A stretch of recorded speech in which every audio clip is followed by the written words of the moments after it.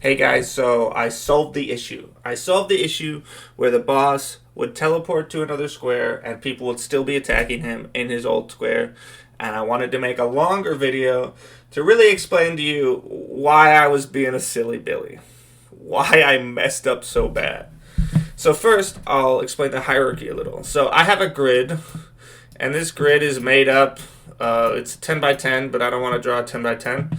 And each grid contains data. The foremost is a fighter. So each grid contains a fighter. Each grid location contains a fighter. Most times that is set to null because there isn't a fighter there. However, if a fighter moves somewhere, the grid's going to keep track of that. So what usually happens is the grid goes and talks to the fighter, and the fighter answers the grid in yes or no questions. The grid goes, "Can you attack, Mr. Fighter?" And the fighter goes, "I cannot attack." Or the fighter goes, "I can attack." And the grid goes, "Great, okay. Here are places where you can attack." And then it goes, "Okay, you're going to attack this person." So the fighter goes, "Okay, great. I will attack whoever you give me." And so the fighter takes it will attack fighter I will attack fighter 2.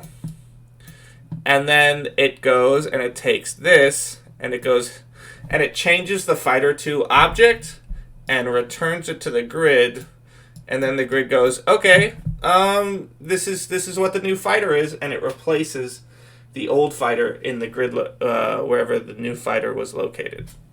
I'm sorry, I may not be very clear on this, but the issue was when I created a special ability for fighter 2 in the script itself. So when fighter 2 gets below a certain health, so this is the reduce health function.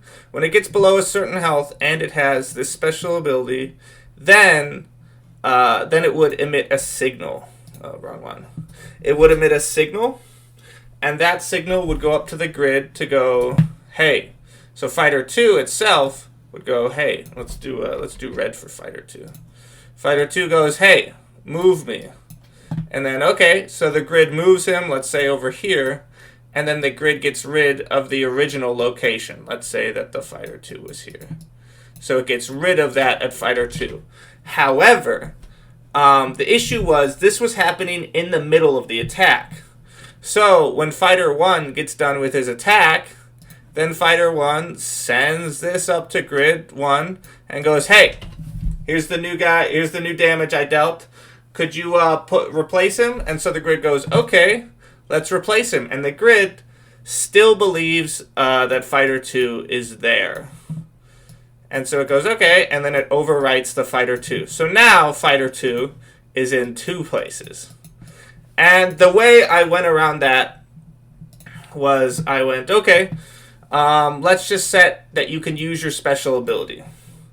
And so the fighter goes, "Okay, hey grid, I can use my special ability." And then the grid, after everything's all said and done, goes, "Hey, can you use your special ability? And if so, execute your special ability." So, yeah, I'm really happy I solved it. I'm pumped. And hopefully I don't have to solve anything that complex ever again. I will have to, because my coding sucks.